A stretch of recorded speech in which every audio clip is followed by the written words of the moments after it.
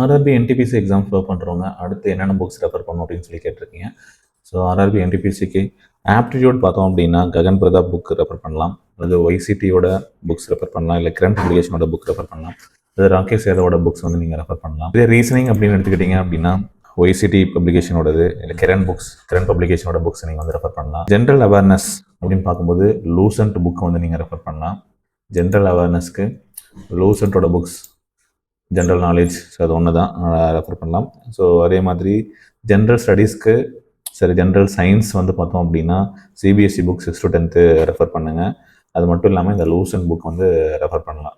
So இந்த books எல்லாமே உங்களுக்கு கண்டிப்பாக தேவைப்படும். ஸோ ரீசனிங்கில் ஸ்ட்ராட்டஜிகேட்டி, ஜேகே இந்த மாதிரி புக்ஸ் எல்லாமே உங்களுக்கு வந்து உங்களோட ரிவிஷனுக்கு நல்லாவே சப்போர்ட் பண்ணும்.